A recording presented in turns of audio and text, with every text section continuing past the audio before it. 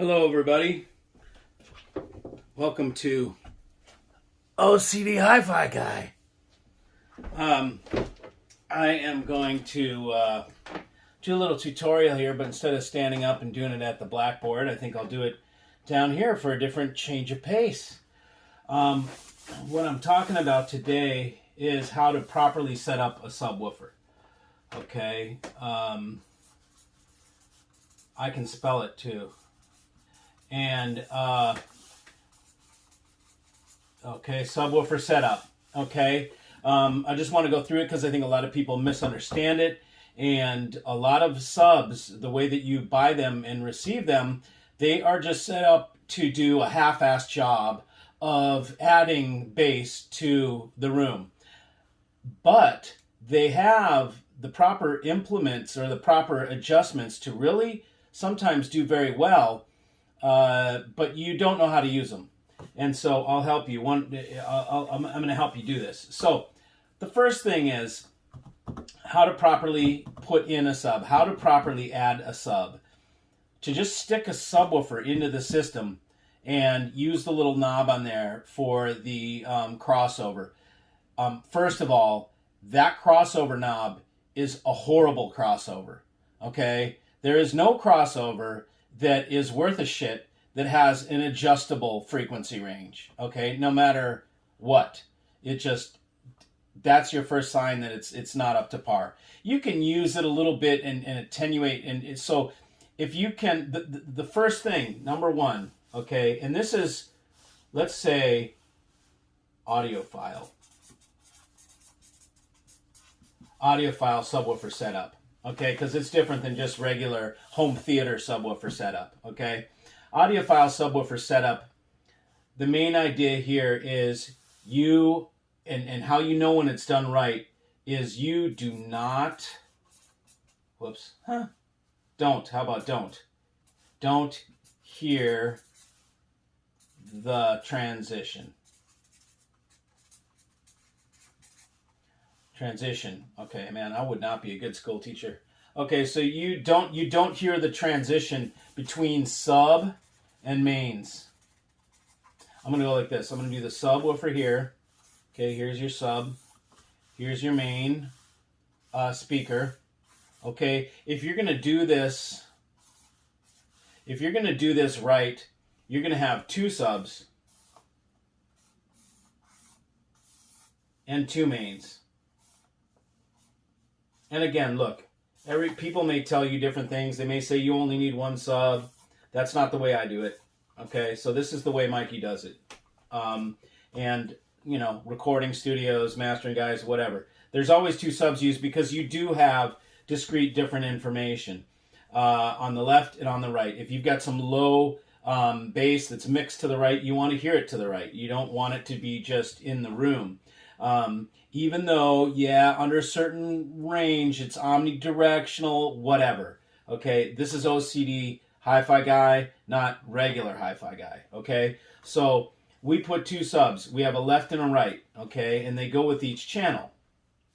Now, in order to properly implement these, you have to look at this as if you are the speaker designer. Okay, you're adding a sub. You might as well put this thing right here and add it into the speaker. That's how you have to think of it, okay? You're taking a driver, a completely separate driver with a completely separate cabinet, and you're trying to match it to these drivers and this cabinet, okay? That's a pretty crazy undertaking, okay? To just think that two different companies made these lots of the time, and with different cabinet materials, different drivers, different driver construction, different amplifiers are on it. Most of the time, you've got a plate amp on the sub, which is like the amplifier that goes off. You know, it's on the back, right? And it's got all your little knobs and stuff, switches and what have you, your inputs, okay? So here's the first thing we do. We use two subs, okay? 1, 2 subs. 2, active crossover. Okay? This is if you want to do it correctly. Okay? If you want to do audiophile, you're going to use an active crossover. That means you're going to, here's your your preamp, let's say, your preamp or your DAC. Let's go DAC, pre. Okay, and you're going to come out of this with two RCAs, right, left and right. You're going to go into your crossover. You're going to come out of here. It's going to have two inputs. It's going to have four outputs, okay, high and low. You're going to go with the high. You're going to go to, let's see, okay, so you got the plate amp here, and then you have your, let's give Nelson some cred here. We'll put in,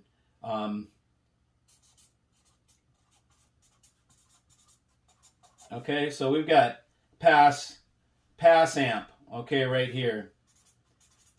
Okay, you're going to take your highs, you're going to go to your input of your DAC in, okay, on here. So you're going to switch, you know, you're going to have it, this isn't one of your inputs, okay, for the highs. The low is going to go up to your plate amp, okay.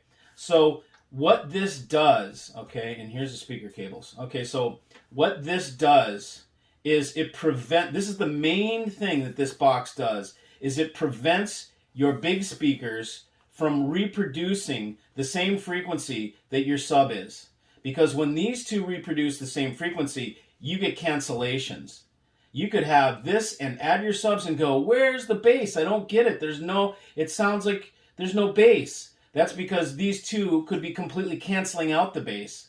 When they do the same frequency, they cancel. They make cancellations. They screw up everything. So you want a curve like this. You want your sub and your mains. You want your sub to start here and then start dropping off on the way to the mains. And then you want your mains to pick up right here. And you want, this is the crossover. This is the crossover point. Okay? So let's say 60 hertz. 60 hertz is where you want this thing to not go below 60 hertz. You want your main speaker to just sort of roll off at 60 hertz and then have nothing. And then this one's going to pick up right where this one's rolling off. This one's going to pick up. And they're going to beautifully blend together. And so you can't even tell the transition. It's going to sound like, holy crap, my speakers go super low, man. Wow, they got good bass. That's how you know you have your sub well hooked up. You're not even going to think it's the sub. You're just going to go, oh my God, my speakers have so much good bass. That's the perfect combination because you can't even tell that it's handing off the below 60 to this sub here. You want that transition perfect, okay?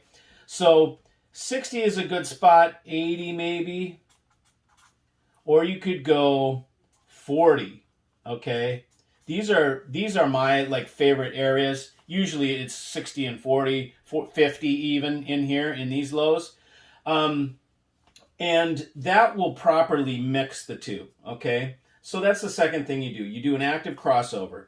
I sell one for $500, made in USA, no supply chain problem at this point.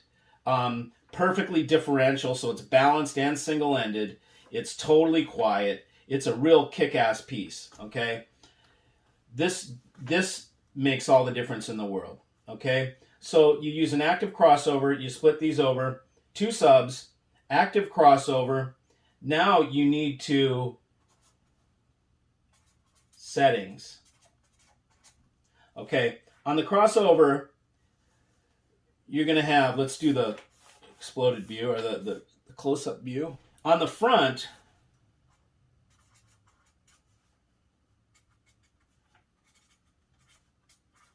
well, I did this wrong.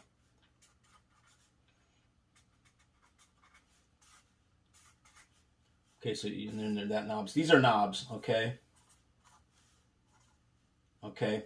What you've got here is BSC, low, mid, and high, okay? This is the crossover that I sell, okay? What you're going to do with your crossover when you put in a sub, you need to then adjust the gain on both of these, because you've got like, here's sub, and you've got your mains, and you've got like 10 and 1, 10 and 1. And this is how loud the mains are. You're going to have to, wherever, there's going to be a ratio between this and this. And then you're going to set it on the front here with these gains, low and high. The mid, we don't use a three-way on this. For what I'm talking about, to do the sub, you just need it set up. This thing that you get for 500 will also be a three-way if you want, but for this example, we're only using it as a two-way. So I send them to people set up for two-way with 60 hertz, with an extra card for 80, but you can tell me if you want different frequencies. But essentially, what you need to then do is you need to take your sub and your mains, and you need to find out where it's not too much bass, okay? And how you do that is you listen, and when there's too much bass, it will tell you. You will know there's a sub. You will hear it. You'll go, damn, wow, those are deep subwoofers. You're going to be noticing that there's a sub. You want the sub to disappear. So you do these to the ratio of bass to high, or lows to high. You do that on the front of your crossover with these gains knobs. So if it's too much, you cut. You always want to cut. Let's say if you need more high, it's better to cut your bass to make more high than it is to boost your high.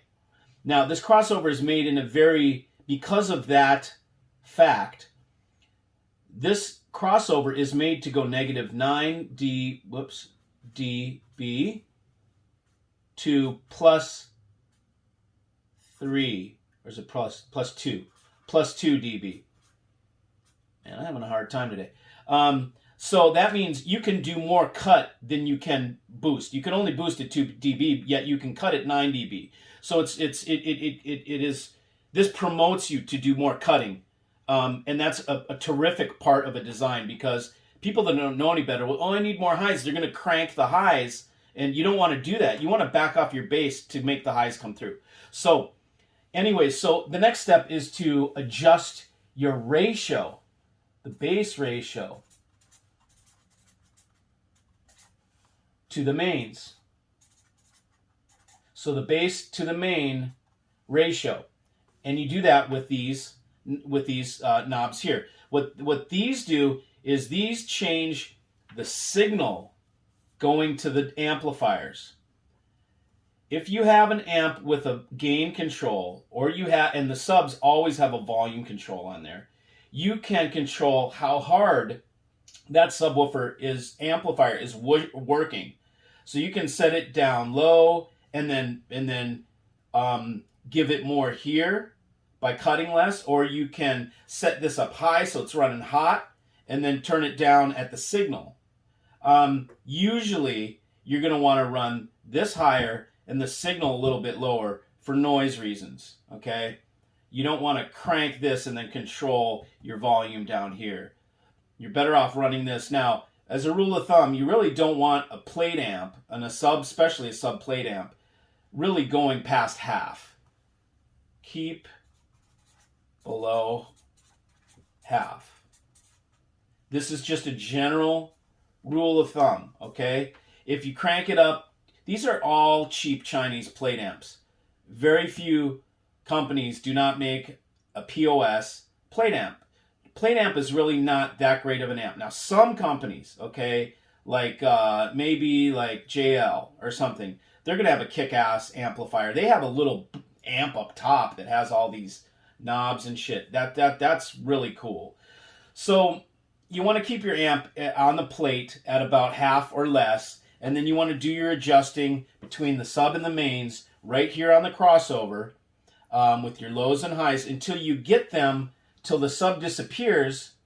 And then when you turn up your volume on your DAC or your pre, these are going to stay like this, and they're going to move up and down together in unison.